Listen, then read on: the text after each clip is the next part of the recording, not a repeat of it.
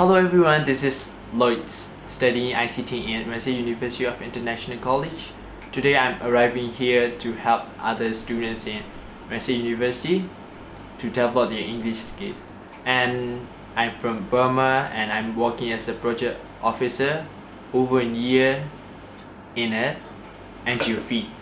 So I have a lot of experience in project planning, event planning, and also in the leadership skill. English is pretty dominant in different countries and different regions.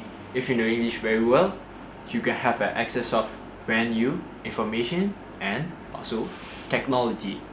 This is the main point.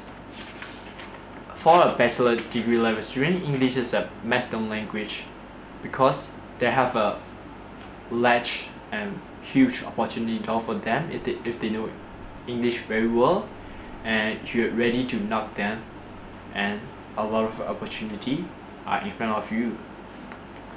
So I'm arriving here to help in this journey and I want to see you soon.